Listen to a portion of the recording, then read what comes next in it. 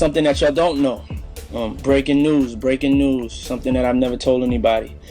This is a secret, something that, will probably be in my book, but I'm telling y'all right now. The day that Biggie was killed, he wasn't supposed to be in LA. That morning, I got a call from Biggie, and I've never told anybody this in an interview or anything. I got a call from Biggie, and Biggie said, I don't want you to be mad at me, but I'm about to jerk you up. And I'm like, pause, I'm about to go left on something. That's a better word. December 10th, 2025, and 50 Cent just lit a match near a gas tank. Because he's out here saying there's a whole mountain of footage that never made it into the Diddy documentary and people are freaking out. Not a few extra clips, not bonus scenes. We're talking hours and hours of material that allegedly got left on the cutting room floor. And when 50 starts smiling while he says it, you already know he's not playing. See, Netflix gave viewers a polished version. 4 episodes, clean structure, careful edits, the whole corporate package. But 50 is hinting the real story is way messier than what made the final cut. And he's basically saying, if they won't show it, I will. And the reason this is blowing up is simple. YouTube doesn't move like Netflix. Netflix has boardrooms, lawyers, image control, brand safety. YouTube is the Wild West, and when something hits, it spreads fast. So when 50 sits down on Sherry Shepherd's show and starts talking like he's got a... Listen to me. I'm gonna get off the phone right now, and I am gonna let you professionals look at the situation and come back to me with a solution. No matter what, no matter what nobody said. Let's just here or there, y'all are not working together. A vault full of unreleased material. People start connecting dots immediately. Because 50 isn't just any rapper, he's a producer, a storyteller, and he knows how to turn a moment into a headline. In the interview, the vibe shifts quick. 1 minute it's congratulations, smiles, #1 on Netflix. Then the next minute, 50 is basically implying the platform only showed what they could safely show, not what they truly had. And when the conversation turns to how much footage exists, that's when the internet leaned in hard. Because 50 didn't say, we had a lot. He confirmed it like it's sitting there right now, still real, still saved, still ready. That's why the phrase 140 hours is moving like a siren across social media. Because if someone is claiming that much unreleased content exists, the next question is obvious. I'd like to take a little bit more time and focus on some of the things that the jurors saw and heard. So we want to talk about the evidence of Kid Cudi's car. Leather lined with gasoline, luxury, cayenne-colored seats coated black with ash. Trial testimony detailed the Molotov cocktail, the failed ignition, the forensic evidence. Now, quick and important. We're talking about claims, commentary, and public discussion, not courtroom proof being presented by us. We're repeating what's being said publicly and reacting to it because that's what's trending. But even with that said, this is where things get spicy, because 50 starts implying Netflix had to leave out certain angles, certain names, and certain storylines that might have caused major backlash or legal headaches. One example people keep bringing up is the stuff that gets mentioned but never fully explored. Like when 50 talks about patterns, industry politics, old beef turning into new motives, and the kind of behind-the-scenes decisions the public never sees. And then there's the self-filming angle that makes everything feel even crazier. Because the talk is that a lot of material came from someone documenting their own life like it was a movie. And now those same moments are being used against them. Think about how wild that is. Someone records everything thinking it's legacy content. But later, those clips become the exact thing that damages the reputation. And when 50 says things like he's glad it was filmed, people take that as him basically saying, you helped build the case with your own camera. I think it was surprising that he actually filmed it. And 50 Cent, he confirms they had way more content than they could use. 4 episodes couldn't contain everything, which means there's more footage sitting somewhere, waiting. Yeah, well, everything couldn't make the...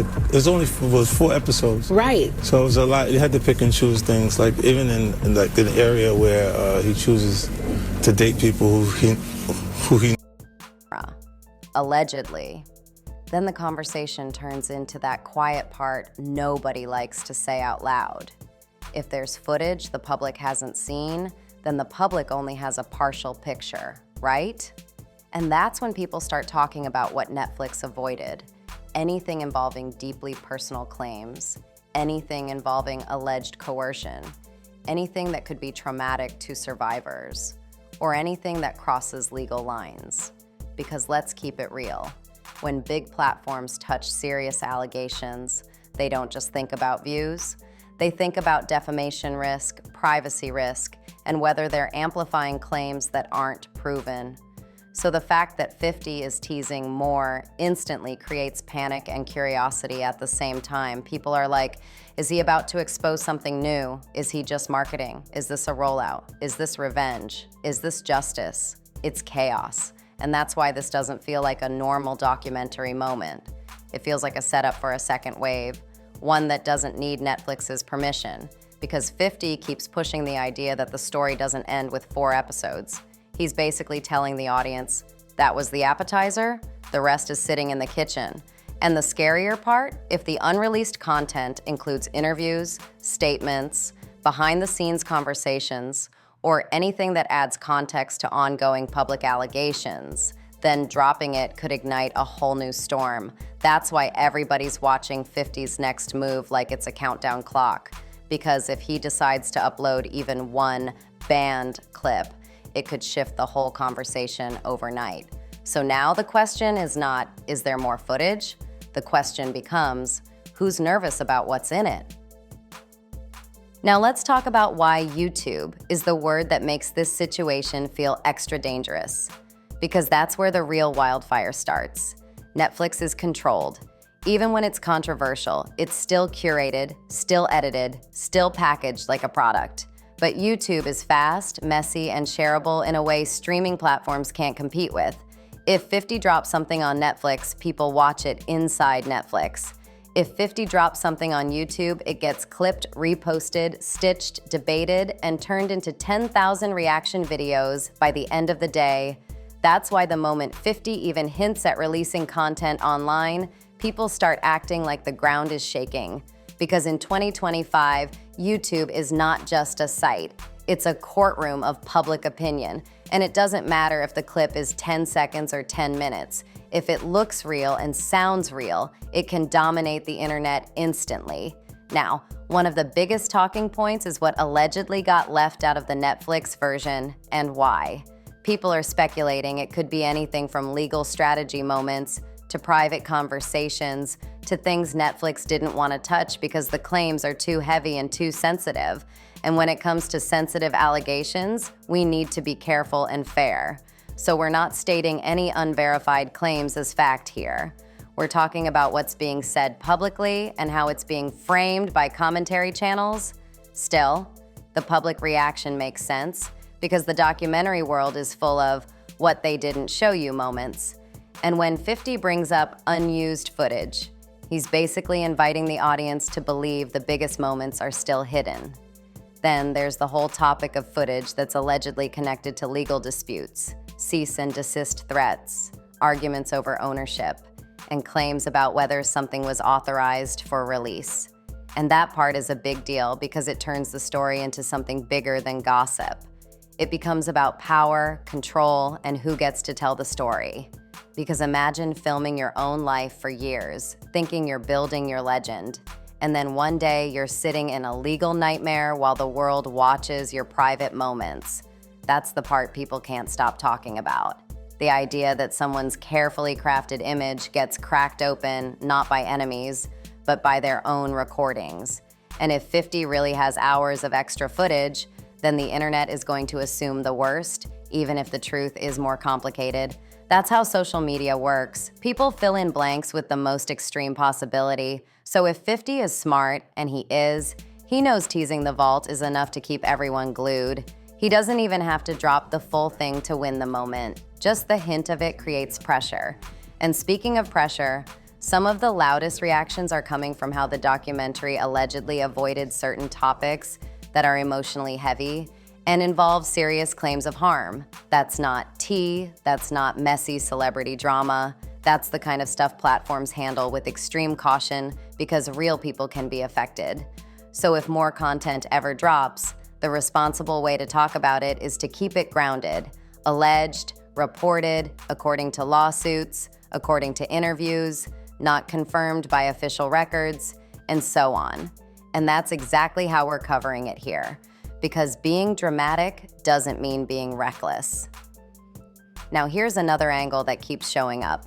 People believe Netflix had a reason to keep the story from turning into a personal beef narrative, because 50 and Diddy have had years of tension in the public eye, and if the documentary feels like a revenge piece, it loses credibility fast. So the argument is Netflix might have pushed the project to feel more neutral. But YouTube doesn't care about neutral the same way. On YouTube, personalities run the show, emotion sells, and if 50 decides he wants to speak more freely, he can. That's why some people are calling it the nuclear option in comments. Not because it's literally anything violent, because it's the internet way of saying this could blow up reputations. And even if nothing new is proven, even if it's just more context and more behind-the-scenes footage, it could still create a second wave of headlines and a bigger storm than the first. So the real story here is this. 50 is letting everybody know he still has leverage, and the public is waiting to see if he uses it. So where does this leave us right now? It leaves us in that scary middle space where the internet smells a bigger story, but nobody knows what's actually coming next. Because the 140 hours claim isn't just a number anymore. It's become a symbol, a threat, a tease, a marketing weapon, and a question mark all at once. And whether people love 50 or can't stand him, one thing is clear. He knows how to make a moment feel like a breaking news event. Now, a lot of viewers are asking the same thing. If there's extra footage, why didn't it make the documentary? And honestly, that's a fair question. Sometimes it's simple, time limits, pacing, and story structure. But other times it's deeper, legal risk, privacy, and not wanting to amplify sensitive allegations that could harm real people. And when the topic involves serious claims of abuse or coercion, responsible platforms move slower and safer for a reason. That's not them protecting someone, that's them trying not to cause further damage. But the internet doesn't always respect that nuance. The internet sees missing footage and assumes it was hidden. That's why conspiracy talk explodes so easily. Now add 50's personality into the mix. He's not the type to whisper. When he speaks like he's holding cards nobody else has. So when he suggests people will go quiet as more information comes out, everyone starts scanning the room like, wait, who is he talking about? That's why this kind of story spreads so fast, because it turns into a social game. People start watching celebrities' reactions, silence, tweets, likes, unfollows. Everything becomes evidence in the court of the timeline. But here's the truth. Silence can mean anything. It can mean legal advice, PR advice, emotional exhaustion, or simply not wanting to be involved. So we have to keep it fair, even while we keep it entertaining. That's the balance. Now, if 50 ever drops more footage, the smartest way for viewers to take it in is to separate three things. First, what is clearly shown on video. Second, what is commentary and interpretation. Third, what is alleged or unconfirmed. Because if you mix all three together, you end up with misinformation that spreads faster than the facts. And you already know how this goes. One clip gets posted with a wild caption, and suddenly the whole internet is acting like it's confirmed history. That's why channels like ours have to be extra clear. We're talking about public claims and media coverage, not declaring guilt, not making legal conclusions, and not presenting rumors as facts. Now, the biggest reason this story has people hooked is because it's not just about Diddy or Netflix or 50. It's about how modern truth gets shaped. Streaming platforms give you the official cut. Social media gives you the reaction cut. And YouTube gives you the extended director's commentary version with a million opinions stacked on top. So if 50 drops even one unseen clip, the internet won't just watch it. They'll weaponize it. They'll remix it into memes, debate it like sports, and push it into every corner of the culture.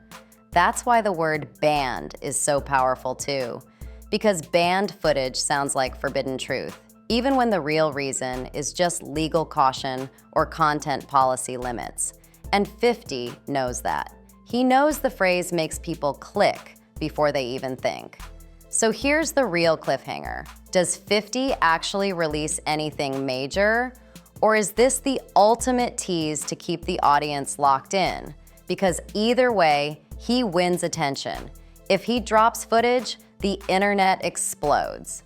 If he doesn't, people still talk about what might be in the vault. And that's why this story keeps trending, because it's built like a suspense movie. Now, before we wrap, remember this. Serious topics deserve careful wording. Allegations are not convictions. Claims are not proof. And real people can be affected by careless rumors. But at the same time, we're not going to pretend this isn't one of the biggest, messiest celebrity media stories on the timeline right now. So if you want us to keep breaking it down, keep tracking the headlines, and keep separating what's confirmed from what's being claimed, you already know what to do. Like the video, share it, and subscribe to the I Love Gossip channel right now. We've got more deep dives, more untold angles, and more stories the internet can't stop talking about.